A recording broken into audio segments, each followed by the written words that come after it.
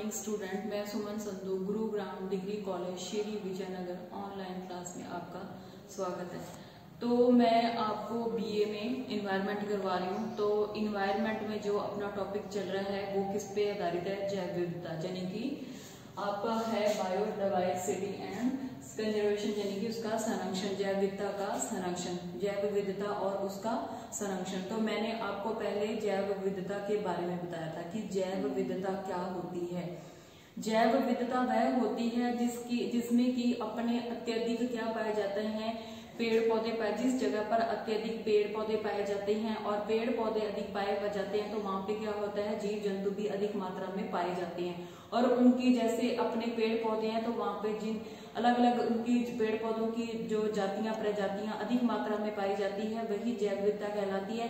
और जहाँ पे जीव होते हैं, यानी कि जो जीवित होते हैं, जहाँ पे जीवों की जो अलग अलग प्रकार की प्रजातियां पाई जाती हैं, जहाँ पे पेड़ पौधे विभिन्न प्रकार के पेड़ पौधे पाए जाते हैं, विभिन्न प्रकार की जीव जंतु की जातियां पाई जाती हैं, उसे क्या कहते हैं? जैव विविधता। और जैव विविधता के लिए क्या आवश्यक है? जैव विविधता के लिए उच्च तापमान और अत्यधिक वर्षा की आवश्यकता होती है, क्योंकि जहाँ पे अत्यधिक वर्षा होगी वहां क्या होगा, पेड़ पौधे अधिक उगेंगे, और पेड़ पौधे अधिक उगेंगे तो वहां पे क्या हुए, जीव जंतु भी अधिक मात्रा में होंगे, क्योंकि वहां पे वो अपनी क्या करते हैं, अपनी आवश्यक जरूरतों को पूरा करते हैं जो जीव जंतु होते हैं। और जीव जंतुओं की आवश्यकताओं की पूर्ति कहाँ पे होती है? जहाँ पे अत्यधिक मात्रा में पेड़ पौधे पाए जाते हैं, तो इसे क्या कहते हैं? जैव विविधता। अब है जो आज आपका इसमें है जैव विविधता का महत्व। क्या है जैव विविधता का क्या महत्व है? जो जैव विविधता पाई जाती है उसका विविधता का जैव विविधता का महत्व, कि जैव विविधता का क्या महत्व है? जैव विविधता का महत्व यह है कि जैसे जैव विविधता का होना क्या है, बहुत समस्त भूमंडल के लिए बहुत आवश्यक है, क्योंकि जो भी हमारा स्थल मंडल है, जल मंडल है, तो वहाँ पे जैव विविधता अधिक मात्रा में पाई जानी चाहिए, क्योंकि अगर जैव विविधता नहीं पाई जाएगी तो इसमें क्या होएगा, हमारी जो आवश्यकताओं की पूर्ति नहीं हो पाएगी। क्योंकि जो हमारे जीव जंतु हैं, जैसे कि अगर किसी जगह पर पेड़ पौधे अधिक मात्रा में उग जाते हैं तो वहां पे अगर उनको कोई खाने वाला ही नहीं होएगा तो क्या होएगा, वो वहां पे बहुत ही मात्रा में अत्यधिक पेड़ पौधे पाए जाते हैं तो वहां पे क्या होगा, अगर उनको कोई खाने वाला नहीं होएगा तो वहां पे बहुत सारी क्या होगी, बीमारियां या अदरवाइज कोई ऐसे हो जाएगा कि वहां पे पेड़ पौधे अधिक मात्रा में बने तो वहां पे क्या हो जाएगा, जंगल ही जंगल हो जाएंगे। अगर जीव जंतु नहीं होंगे तो हमारी रक्षा नहीं होती। जैसे कि कई जीव जंतु ऐसे होते हैं कि जो हमारे को हानि पहुंचाते हैं, लेकिन अगर उन जीव जंतुओं को कोई खाएगा नहीं तो वो हमारे के लिए क्या बन जाएंगे, हानिकारक बन जाएंगे। तो इसलिए जैव विविधता का महत्व अधिक पाया जाता है, क्योंकि जो हमारी जैव विविधता होती है उसमें जो पेड़ पौधे होते हैं, उन पेड़ पौधों से क्या जो जीव जैसे रहते हैं कार्बन डाइऑक्साइड, उससे क्या करते हैं, जीव जंतुओं से कार्बन डाइऑक्साइड उनको जीव जंतु जो पेड़ पौधे होते हैं वो जीव जंतुओं से लेते हैं और क्या उनको ऑक्सीजन देते हैं। तो ये इन चीजों को जीवित रहने के लिए भी हमें क्या जैव विविधता का होना आवश्यक होता है। और जो भी हमारे यदि उत्पादन कम होगा और उसको उपभोक्ता जो है उनका अत्यंत क्या हो जाएगा, विचरण हो जाएगा। अगर उत्पादन कम होता है, यानी कि जो उत्पाद बनते हैं अगर उनका उत्पादन कम होता है तो वहाँ पे जो उपभोक्ता है अत्यंत विचरण उनको करना पड़ेगा, यानी कि उस जगह को छोड़ के किसी और जगह पे जाना पड़ेगा। तो उससे क्या होता है, जो हमारा पारिस्थितिकी तंत्र होता है उसमें क्या हो जाएगा, परिवर्तन आ जाएगा।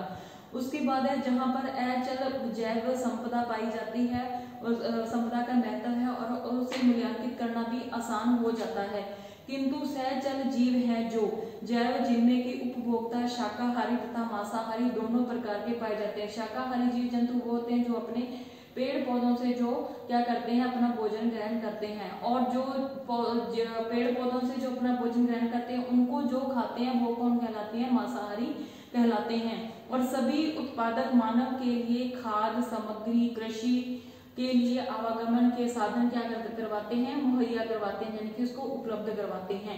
एक महत्वपूर्ण उदाहरण मैं आपको बताती हूँ कि जैव विविधता का मूल्य होता है, महत्व इसमें कहते हैं जैसे वनस्पति जगत है, हमारी जो वनस्पति है वो क्या करती है, कार्बन डाइऑक्साइड छोड़ती है और ऑक्सीजन उससे क्या कार्बन डाइऑक्साइड छोड़ती है। जैसे कि अपने जो पेड़ पौधे हैं वो पेड़ पौधे हैं वो क्या करते हैं, ऑक्सीजन छोड़ते हैं और कार्बन डाइऑक्साइड को क्या करते हैं, ग्रहण करते हैं। और जीवित प्राणी को जीवित रहने के लिए ऑक्सीजन होती है वो जरूरी होती है। तो जो ऑक्सीजन है हम कहाँ से ग्रहण करते हैं, पेड़ पौधों से ग्रहण करते हैं। इसमें क्या होता है, जहाँ वनस्पति जगत उत्पादक है वहीं जो जैव विविधता है वो क्या है, उसकी उपभोक्ता है। यानी कि जो हमारी जो वनस्पति जगत है वो क्या छोड़ती है, कार्बन डाइऑक्साइड छोड़ती है, ऑक्सीजन लेती है। तो इसमें ये अगर वनस्पति की संख्या यदि कम हो जाएगी तो उससे क्या होएगा, अगर वनस्पति पेड़ पौधे कम हो जाएंगे तो हमें क्या ऑक्सीजन कम मिलेगी, तो इससे हमारा जीवित रहना क्या हो जाएगा, मुश्किल हो जाएगा। तो जो भी हमारा जैव जगत है उसमें अगर जैव विविधता के कारण वनस्पति की संख्या यदि कम होती है तो जो हमारे उपभोक्ता है उनको क्या हो जाता है, वो अनियंत्रित विस्थापित हो जाते हैं और इनकी संख्या में कमी हो जाएगी। तो यदि सभी पक्षी बीजों से अपने मल के द्वारा जो भी, जैसे कि अपने को खाद बनती है, अब खाद बनती है, खाद से क्या उगते हैं, खाद हम डालते हैं तो उससे क्या बनता है, पेड़ पौधे, हमारी जो जमीन भूमि है वो क्या बनती है, उर्वरक बनती है। अगर हमारे जो कीट पक्षी हैं अपना मल द्वारा दूसरी जगह पर नहीं गिराएंगे तो अन्य को क्या होएगा, अन्य वनस्पति वहां पे उत्पन्न नहीं हो पाएगी, जिससे कि प्रजाति वनस्पति के उत्पादकता में भी क्या कमी आ जाएगी। इसी प्रकार हमारे वातावरण में कुछ ऐसे सूक्ष्म जीव होते हैं जो जिन उपयोगी होते हैं, जो कि तथा हानिकारक जीवाणु को मानव के लिए क्या करते हैं, अन्य जीवों को पोषित करते हैं और तथा इन हानिकारक जीवों को वो क्या करते हैं, जीवाणु रोग फैलाकर जो हमारी जीव संख्या है उसको क्या करते हैं, नियोजित करते हैं। और बड़ी संख्या में जो मांसाहारी, जब बड़े मांसाहारी जैव छोटे को क्या करते हैं, खाते हैं, जिसकी से उनकी संख्या में क्या नियंत्रित हो जाती है। और बड़े मांसाहारी जो हमारे होते हैं जीव जीवित रहते हैं, अतः जैव विविधता के लिए यह अति महत्वपूर्ण है। यानी कि जो हमारी जैव विविधता है अगर उसको सुचारू रूप से चलाना है तो हमारे लिए जैव विविधता का होना अति आवश्यक हो जाता है। तो मैंने आपको करवाया है कि जैव विविधता का क्या महत्व है और जैव विविधता कहते किसे हैं। तो आगे आपको मैं करवाऊंगी जैव विविधता के संकट। देखो, जैव विविधता संकट, ये आपका हो गया जैव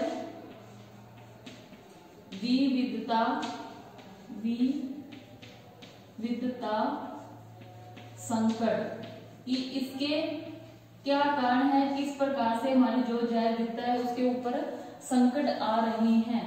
तो इसमें देख लो, सबसे पहला कारण ये है कि इसमें सबसे पहला कारण है अवैध शिकार।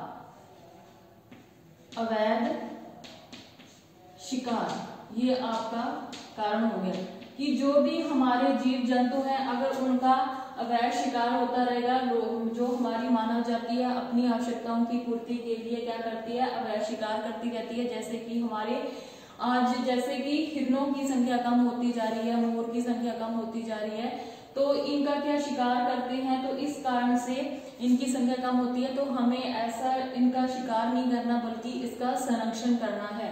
तो इसमें आपका ये पहला कारण हो गया कि अवैध जो है इनका शिकार हो रहा है। दूसरा इसमें है कि जो दूसरा है वनों का समाप्त होना। दूसरा कारण है वनों का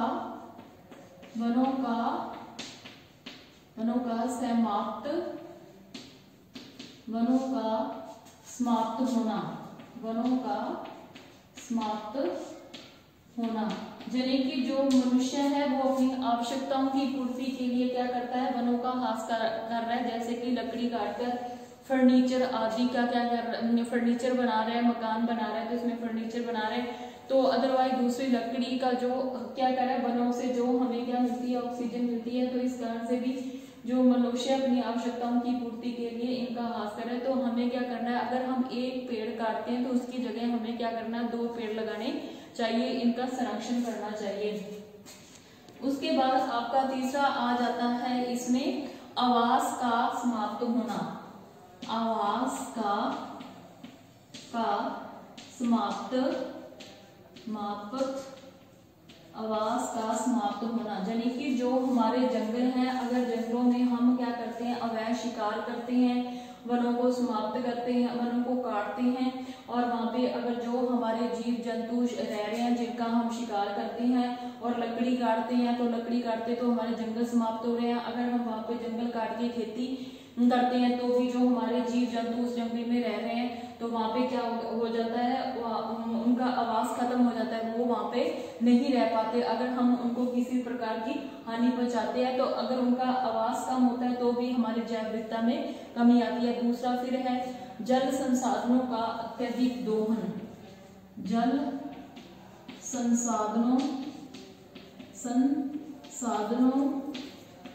का अत्यधिक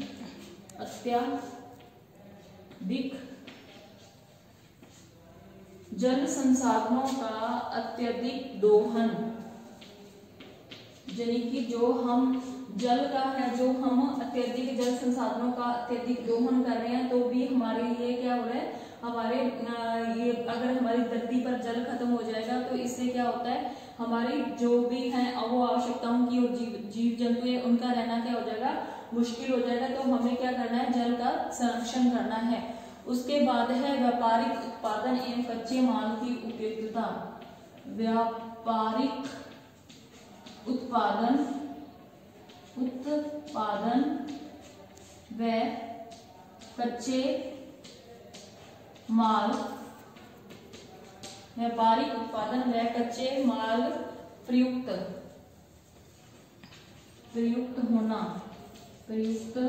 होना, जैसे कि हम वनों से या पेड़ पौधों से हम अनेक प्रकार का क्या करते हैं, जो हमारे व्यापारी हैं वो उससे कच्चा माल लेते हैं, जैसे कि गोंद वगैरह होगी, अन्य प्रकार की जड़ी बूटियां होगी।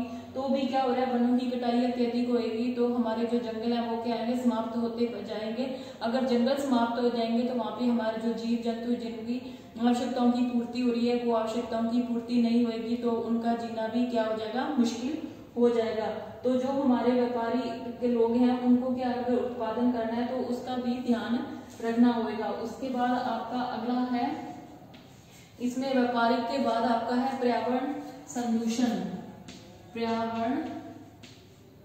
पर्यावरण संदूषण, यानी कि हम जो हमारा पर्यावरण है उसको भी क्या कर रहे हैं, वो कर रहे हैं, उनका भी पर्यावरण प्रदूषण कर रहे हैं। इसमें क्या है, जो हमारा पर्यावरण है उसको उसके प्रदूषण बढ़ाने के हमारे अनेक कारण है, जैसे कि जल प्रदूषण हो गया, वायु प्रदूषण हो गया, अनेक प्रकार के जो अपने कल कारखाने हैं, फैक्ट्रियां हैं, इसके माध्यम से हो गया। जैसे जो हमारे एसी वगैरह है वो क्या है, क्लोरोफ्लोरो गैस छोड़ते हैं तो भी हमारा जो पर्यावरण प्रदूषण बढ़ रहा है, पर्यावरण प्रदूषण बढ़ेगा तो इससे क्या हमारा जीना क्या हो जाता है, मुश्किल हो जाता है। तो हमें इनको संरक्षण के लिए पर्यावरण प्रदूषण को भी क्या करना है, कम करना है। उसके बाद है अवैध खनन,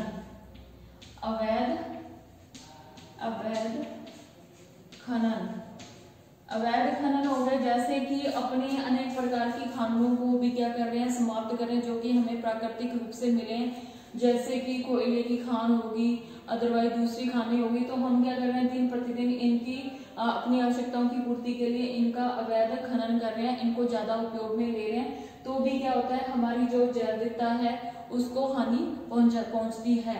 तो इसके बाद मैं आपको करवाऊंगी, अब ये मैंने जो आपको संकट बताए हैं, हमारी जो जैव विविधता के ऊपर संकट है, इनके अलावा मैं आपको 3 और बताती हूँ। जैसे कि पहला है आपका ग्लोबल वार्मिंग, इसमें है आपका ये हो गया टोटल 1 2 3 4 5 6 7 8 9 10, ये 10वां आपका है कि इसमें जैसे आपका अगर प्राकृतिक आवास का नष्ट, ग्लोबल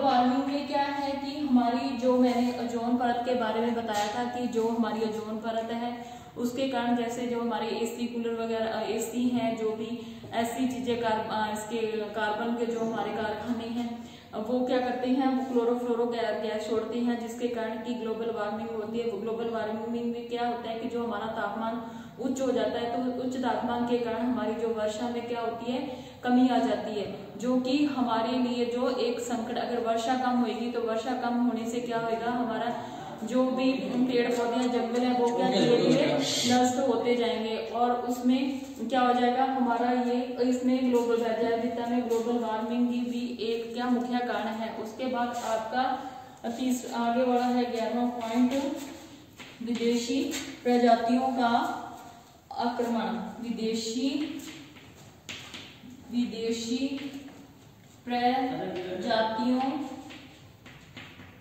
प्रजातियों का आक्रमण, यानी कि हमारे जो जंगल है अगर उसमें एक ही तरह के पौधे की अगर संख्या अधिक मात्रा में पाई जाती है तो वहां पे क्या हो जाएगा, एक ही पौधे की संख्या अधिक मात्रा में बढ़ने से वहां पे जो है कि जो दूसरे पौधे होंगे तो वो क्या होंगे, धीरे धीरे नष्ट हो जाएंगे। अगर वो नष्ट होंगे तो वो जो जीव जंतु है उनके लिए क्या है, भोजन उपलब्ध नहीं हो पाएगा। तो भी हमारी जैव विविधता का एक मुख्य संकट है विदेशी प्रजातियों का आक्रमण, यानी कि एक प्रकार का जो हमारा विदेशी दवाई दूसरा कोई पेड़ पौधा उग जाता है तो उसकी संख्या अधिक मात्रा में पाई जाती है और वो अधिक मात्रा में संख्या होने के कारण जो वहां पे दूसरे पेड़ पौधे हैं वो क्या है, धीरे धीरे नष्ट होते जाएंगे। तो जैव विविधता में एक यह प्रमुख कारण भी हो गया। उसके बाद है आपका नगरीकरण, औद्योगिकरण। आगे है 12वां पॉइंट, औद्योगिकरण, औद्योगिकरण व नगरीकरण। नगरीकरण जैसे कि औद्योगिकरण की जहाँ पे क्या जंगलों को काट कर बहुत सारे क्या कल कारखानों को हो जाते हैं या बड़े बड़े नगर बसाए जाते हैं तो भी वहाँ के उनको जंगलों को काट कर अगर हम बनाते हैं तो भी हमारी जैव विविधता के ऊपर क्या आता है, संकट आता है। अब आगे आपका है इसका संरक्षण की हम इसका संरक्षण कैसे करेंगे। अब आपका है आगे जैव विविधता संरक्षण की हम इसका संरक्षण कैसे कर सकते हैं। तो इसमें पहला आपका है, इसमें आपका पहला है इन सिटू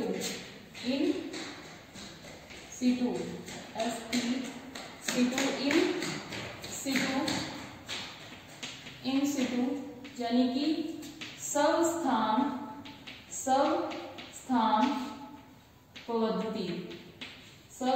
पद्धति में क्या होता है, इन सिटू यानी कि इन सिटू पद्धति में हो गया स्वस्थान पद्धति, यानी कि उसी जगह पे। उदाहरण के तौर पे मैं ये बताती हूँ कि ये आपका पेड़ है, किसी जंगल में पेड़ है तो अगर अपने क्या करते हैं उसी एरिया में जाके उसका क्या करते हैं, संरक्षण करते हैं, उसी एरिया को क्या करते हैं, कवर करते हैं। इसको बचाने के लिए, इस पौधे को बचाने के लिए हम उसी एरिया का क्या करते हैं, उसको कवर करके उसको अगर हम क्या करते हैं उसके लिए अन्य प्रकार के सुरक्षित रखने के लिए जो भी हमारे पास संसाधन है उनका प्रयोग करके हम अगर इस पौधे को बचाते हैं, उनका संरक्षण करते हैं उस जगह पे रह के, तो वो क्या बन जाता है, स्वस्थान पद्धति, यानी कि इन सिटू पद्धति, उसी जगह पे रह के उसका संरक्षण करना, तो वो क्या कहलाता है, इन सिटू पद्धति। दूसरा आपका है एक्स सिटू पद्धति। तो इसमें क्या होता है, एक्स सिटू पद्धति में 12 स्थान पद्धति हो गया, 12 स्थान पद्धति में क्या होता है, जो हमारा ये पेड़ है जैसे इसको किसी प्रयोगशाला में ले जाकर 12 स्थान पद्धति में ये पेड़ जो हमारे पास पौधा है उसको दूसरी जगह लगा जाकर हम उसका संरक्षण करते हैं, इसमें बढ़ोतरी करते हैं, यानी कि हम उसको किसी प्रयोगशाला में ले जाकर वहां पे इसको नाइट्रोजन गैस देके इसकी जो है जाति उसमें वृद्धि करते हैं, तो वो क्या कहलाती है, एक्स सिटू पद्धति, यानी कि 12 पद्धति। तो ये हमारा हो गया संरक्षण, हो गया इसका जैव विविधता का। उसके बाद मैं आपको बताती हूँ कि जलीय जैव विविधता। अभी तक तो मैंने आपको बताया कि स्थलीय जैव विविधता, स्थलीय जैव विविधता मैंने आपको पेड़ पौधा और जीव जंतुओं के बारे में बताया। अब बता रहे जलीय जैव विविधता। जलीय जैव विविधता में क्या होता है कि जो भी हमारे जलीय जैव विविधता जलीय जैव विविधता में क्या होता है कि जो भी हमारे टापू हैं उन टापू के जो भी हमारे जैसे ये हमारा समुद्र हो गया, तो इसमें जो भी हमारे जैसे ये टापू पाए जाते हैं, तो यहाँ से जो हमारी जो मछलियां, छोटी मछलियां थे वो अपना भोजन बाहर से भोजन ग्रहण करके, इन टापुओं से भोजन ग्रहण करके वो क्या जब अंदर जाती हैं तो बड़ी मछलियां जब उनको खाती हैं तो यहाँ पे उनका पारिस्थितिकी तंत्र होता है, तो ये हमारी जैव विविधता है वो बांध के पाई जाती है। जो हमारे बड़े बड़े समुद्र स्थल है वहाँ पे द्वीपों के द्वीप होते हैं, वहाँ पे हमारा ये वाला जैव विविधता पाई जाती है। उसके बाद आपका जो है कि प्रवाक द्वीप होते हैं या प्रमुख द्वीप होते हैं, वहाँ पे क्या इनका क्या जाता है, जो हमारे टापू होते हैं उन्हें प्रवाक द्वीप या जलीय विविधता वाला क्षेत्र बोला जाता है। उसके बाद आपका है जो आगे मैं आपको करवाऊंगी, उसके बाद इसमें जो है जैसे अपने किसी जीव जंतु को 50 वर्षों तक हम किसी जीव जंतु या प्रजाति या वनस्पति को नहीं देखते तो हम क्या उस चीज को विलुप्त मानते हैं। तो जो हमारी संस्था है IUCN, इन्होंने जो इनका फुल फॉर्म है international union of conservation red data list ने, इसमें क्या उन जातियां जो हमारी विलुप्त हो चुकी हैं उनका क्या किया जाता है, उनका नाम या रिकॉर्ड रखा जाता है इस रेड डाटा बुक के अंदर। इसमें क्या किया जाता है, उसको उस चीज को प्रकाशित किया जाता है। तो मैंने आज आपको करवाया था कि हमारी जो जैव विविधता के पहले तो उसका महत्व बताया था कि हम इसका क्यों महत्व है। जो हमारी जैव विविधता है उसमें क्या है कि अनेक प्रकार के जीव जंतु पेड़ पौधों की अनेक प्रकार की जातियां प्रजातियां पाई जाती हैं और उन जातियों प्रजातियां सारी क्या एक दूसरे पर निर्भर होती हैं। जो हमारे उत्पादक होते हैं, उत्पादक होंगे तो हमारे उपभोक्ता उनको अपनी आवश्यकताओं की पूर्ति करेंगे। अगर उत्पादक ही नहीं है तो उपभोक्ता भी नहीं होंगे तो भी हमारी जैव विविधता पर क्या जाता है, संकट आ जाता है। तो इसलिए इनका होना बहुत ही जरूरी होता है हमारी। और उसके बाद मैंने आपको करवाया था कि इसके क्या क्या कारण है, जैव विविधता किस कारण आती है। तो इसमें मैंने आपको बताया कि अवैध शिकार हो गया, अवैध खनन हो गया, दूसरा नगरीकरण औद्योगिकरण हो गया, ग्लोबल वार्मिंग होगी। उसके बाद मैंने आपको बताया था कि जो हमारे वनों का अधिक ह्रास हो गया। उसके बाद जो व्यापारिक उत्पादन जो अपना करते हैं कच्चे माल के लिए भी इसका क्या करते हैं, ह्रास करते हैं। वायु प्रदूषण हो गया, ये सारी चीजें हमारी की जैव विविधता के ऊपर क्या है, संकट है। उसके बाद मैंने आपको बताया था कि इसका संरक्षण कैसे कर सकते हैं। इसका संरक्षण हम 2 तरीके से कर सकते हैं। पहला तो था आपका इन सिटू होता है, सब स्थान उसी पर जगह उस एरिया में रह के उस पेड़ पौधे को क्या करना होता है, बचाना होता है। और एक्स सिटू में होता है कि हम उसको इससे बारे पद्धति बोला जाता है। इसमें किसी प्रयोगशाला में ले जाकर उसको क्या उसकी सेफ्टी, उसको वहाँ पे कार्बन डाइऑक्साइड अगर कोई जाति इसकी पेड़ पौधे की जाति प्रजाति खत्म हो रही है तो हम उसे प्रयोगशाला में ले जाकर उसके कार्बन डाइऑक्साइड देके हम उसको क्या कर सकते हैं, बचा सकते हैं। उसके बाद मैंने आपको बताया था कि जलीय जैव विविधता, उससे पहले मैंने आपको स्थल मंडल वाले जैव विविधता बताई थी। जलीय जैव विविधता में क्या होता है, जो भी हमारे द्वीप या टापू होते हैं वहाँ पे जैव विविधता पाई जाती है। वहाँ पे क्या होती है, छोटी मछलियाँ अपनी आवश्यकताओं की पूर्ति उन टापू स्थलों पर जाके करती है। और जब ये छोटी मछलियाँ को बड़ी मछलियाँ अंदर खाती है तो उनका पारिस्थितिकी तंत्र हो जाता है। तो इस प्रकार जो हमारा प्रवाक द्वीप या क्षेत्र होता है, क्षेत्र प्रमुख जलीय जैव विविधता के लिए जो हमारे प्रवाक द्वीप हैं वो क्या है, जलीय जैव विविधता के लिए के प्रमुख केंद्र माने जाते हैं। उसके बाद मैंने आपको बताया था कि जो हमारी संस्था है उन्होंने एक बुक जो प्रकाशित की है, उस संस्था का नाम है international union of conservation red data list of nature. यानी कि जो भी हमारी जातियां, जिस जाति पेड़ पौधों की जाति होगी या जीव जंतुओं की जाति जिसे 50 वर्षों तक नहीं देखा जाता तो उस जाति को विलुप्त माना जाता है। उस जाति का रिकॉर्ड इस बुक में रखा जाता है। तो इसके साथ ही आपकी जो जैव विविधता है यही खत्म होती है। आज की क्लास यही खत्म होती है। धन्यवाद।